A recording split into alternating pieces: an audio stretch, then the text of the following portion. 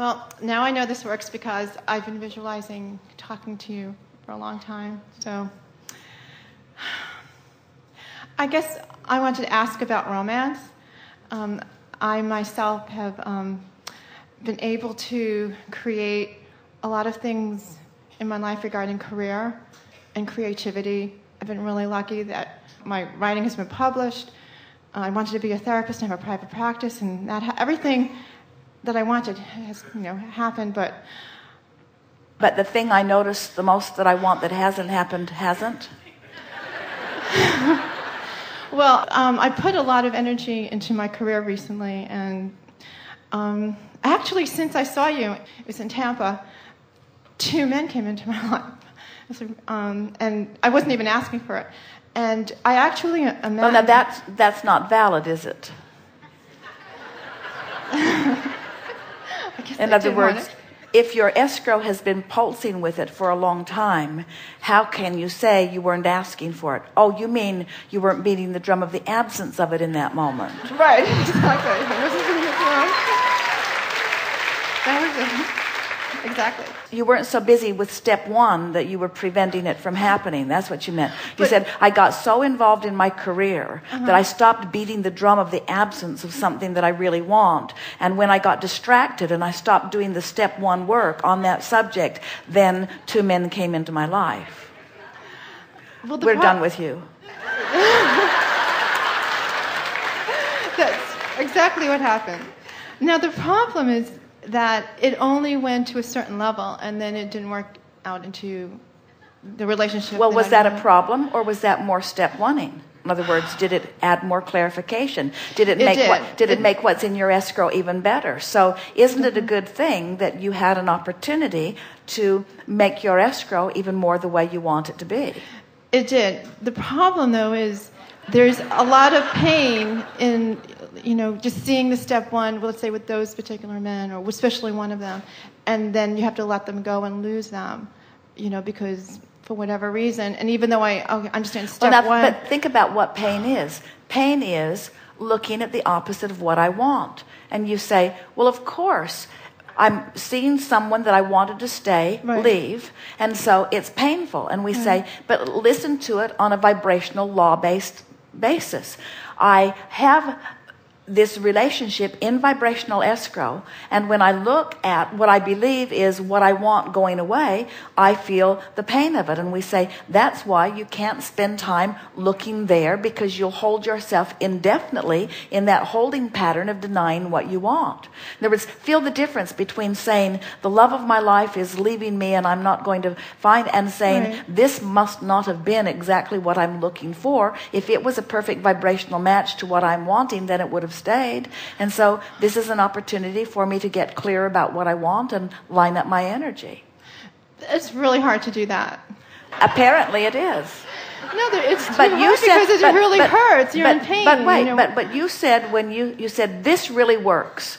That's true.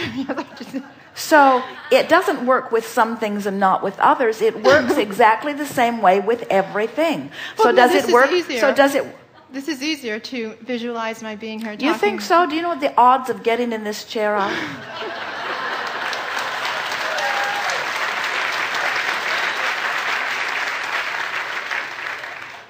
Well, that was the odds of getting my book published now on TV shows is almost impossible too. But I don't know, the man thing, it just it's harder for me. Well, but listen to what you're saying. You say the problem is, the problem is, the problem is, the reality is, the problem is, the problem is, the problem is, the problem is, and we say that's the problem. You are a bit reality based, and most people are. So don't feel bad about it. Just stop it. Another problem that has to do with that. I just want to say it, get it over. I said I'm going to say this to you if I'm here. Now hear how she's sort of obsessed with that word. And do you think that she's deliberately doing that? Not at all. Do you think that it's law of attraction sort of inspiring her words? And all it means is that's what's most active in your vibration. In other words, what's active in your vibration is keeping you from getting what you want. And so you've got to find a way of deactivating what's active in your vibration. And we've never seen anyone deactivate something by looking at it, because when you face the problem, you activate it. So the more you talk about the problem, the more you keep it active in your vibration. So you have to deactivate it. Well, earlier you said to us, you didn't say it in these words, but it was what you said. I deactivated my incessant, chronic vibration of absence of lover by activating my career. And by activating something else, I de-emphasized what I was doing there. And then through the crack of least resistance, or the crack of most allowance, 2 men came in. Now, they weren't perfect, but first crack out of the box, not a problem, right? And I was doing what I loved in the 2 situations when I met them. So, I mean, I wasn't even looking for, I was in situations where I was very happy. So you were not emphasizing the problem of the absence of them. No, is that what you're saying to us? Time. So you know what to do. It's just a matter of making a little more effort to be a little more optimistic. And we'd get rid of that word problem, but you can't get rid of the word problem, because every time you say, I'm not going to say the word problem, you're saying the word problem. And so even us telling you to get rid of it is contrary to what we mean. We would replace that with something else. We would incessantly talk about the successes that you've had on all fronts. And we would begin saying things such as, sure, it's a little harder on the relationship front for me than on some others, obviously, because the others have opened for me and that one hasn't. But then this is one that's really, really important to me. It was something that was activated within me a long time ago. And so I've been building my escrow on this for a very long time. And things are coming into place about it. And I'll know it when I feel it. And I don't want to rush something. I don't want to rush into something that's not just right for me. I want to get really clear about what I'm looking for and why I'm looking for it. I want to get inside of that vibrational escrow and feel the delicious nature of the relationship. I want a relationship that is comfortable in that both of us love being here. I want a relationship where each of us have been a long time coming to it. And each of us are just over the moon about the discovery of one another in each other. I want someone who is forward-reaching, who, like me, is understanding that he is the creator of reality and is looking for what is coming next, not beating the drum of what has come.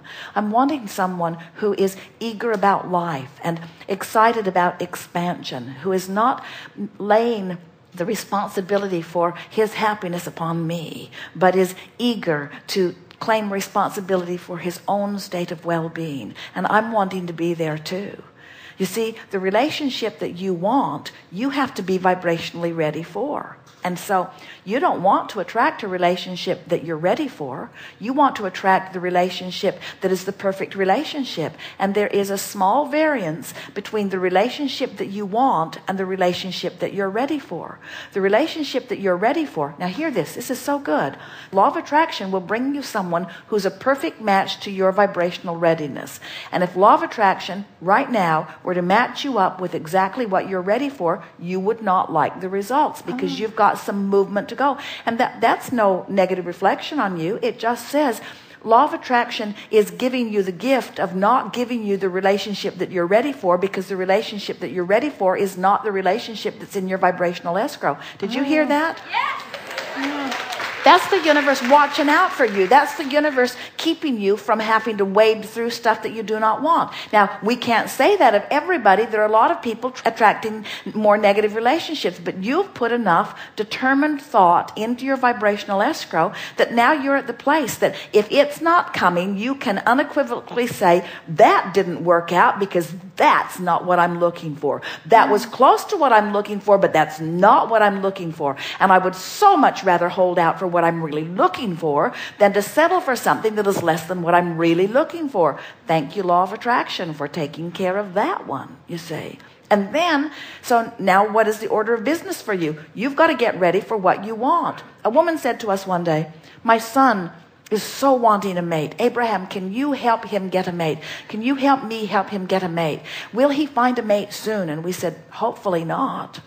And this mother was appalled. She said, What do you mean? Because she thought that a relationship was the last thing that would help his life come together. And we said, if he finds a mate right now, she will be just like he is. She also will be unemployed. She won't have any self-esteem. And the two of them will just bang around with each other and have a miserable time, and then they will break apart. And she said, oh, that is what's been happening. I've seen that happen. We said, we want him to get into the place vibrationally of the relationship that he really wants, so that when the universe hooks him up with it, it will be something that he really wants, you see.